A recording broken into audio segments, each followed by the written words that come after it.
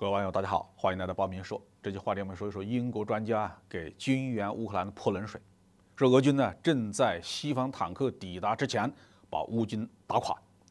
在美国的百般威逼利诱以及英国政府的推波助澜之下呢，欧洲多个国家的政府同意向乌克兰军队提供豹2主战坦克。不过虽然坦克已经给了，无论是美英方面还是乌克兰政府对德国政府的态度都非常的不爽。1月29号呢，英国皇家联合部队研究所的一名陆战分析师，这个人叫杰克·瓦特林，他写了一篇文章。他说，如果按照现在的进度向乌克兰提供西方的主战坦克，那么很有可能在他们抵达乌克兰并且形成战斗力之前，俄军呢就已经把乌军的主力给打掉了。瓦特林认为，西方坦克与乌克兰现在使用的苏联时代的坦克有很大的区别，不仅车走成员的配置不一样，而且维护使用的要求也不一样。虽然性能上具备明显的优势，但是如果给的太少，对战局不会有什么作用。而且这些西方坦克要想发挥作用，还必须和北约提供的步兵战车、火炮集成。所有这一切都需要大量的训练和学习。从瓦特林在这篇文章的态度来看呢，英国的军事学术界倾向于乌克兰政府，并且对德国的舒尔茨政府非常的不尊重。瓦特林指责说，由于德国政府的走挠和无能，乌克兰现在面临着最糟糕的情况。他们拿到的3种北约阵营的坦克，每一种的数量都不多，而且维护使用的要求都不一样。德国毫无意义的搪塞，拖延了3个月的时间。而在这3个月的时间里边，乌克兰军队遭受了严重的伤亡。俄罗斯军队却没有浪费时间呢。目前俄军呢正在卢甘斯克集结精锐的空降兵，在蓝线集结装甲部队。瓦格纳雇佣兵呢也正在继续猛攻巴赫穆特。俄罗斯总参谋长兼乌克兰前线总指挥格拉西莫夫的主要作战理念是不断的实施进攻，迫使乌克兰大量的投入预备队进行防御。这样的话，乌克兰就不可能集结力量在某个方向采取攻势了。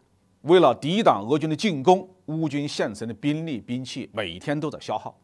等到 M1A2、豹2或者是挑战者2坦克大批到货的时候，乌克兰军队的有生力量可能已经消耗一空，没有合适的人手来操作这些坦克打仗了。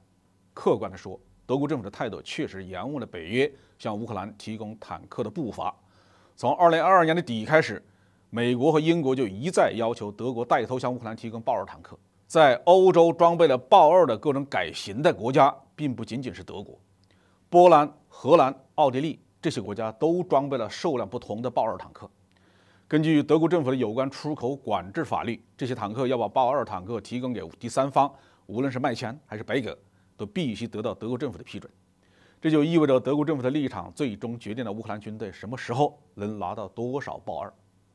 根据有关的报道呢，德国以及有关的欧洲国家提出要提供先进坦克给乌克兰没有问题，但美国要带头。因此呢，美国政府被迫在1月24号宣布向乌克兰提供30辆 M1A2。那在此之前呢，英国为了表明自己紧跟美国的立场，也表示要提供14辆挑战者2。这对兵力捉襟见肘的英国来说呢，确实是一大笔资产呢，所以英国人心里面当然是不痛快的。乌克兰的战局会不会真的像这位瓦特林先生预测的那样发展呢？可能性还是很大的。乌克兰政府已经在境内实施了10次征兵，甚至要求其他的国家遣返适龄的乌克兰的难民。这说明乌克兰军队的兵源正在枯竭。此外，要让这些西方国家先进的主战坦克发挥作用，坦克驾乘人员还必须经过专门的训练，还要有专门的维保技术人员。乌军有没有这些技术兵员的储备呢？难不成要北约军队伪装成雇佣兵亲自上场吗？德国总理舒尔茨已经是忍无可忍了。他在访问阿根廷的时候公开表示，德国并不是俄乌冲突的参战国，乌克兰不应该向德国提出过分的武器援助的要求。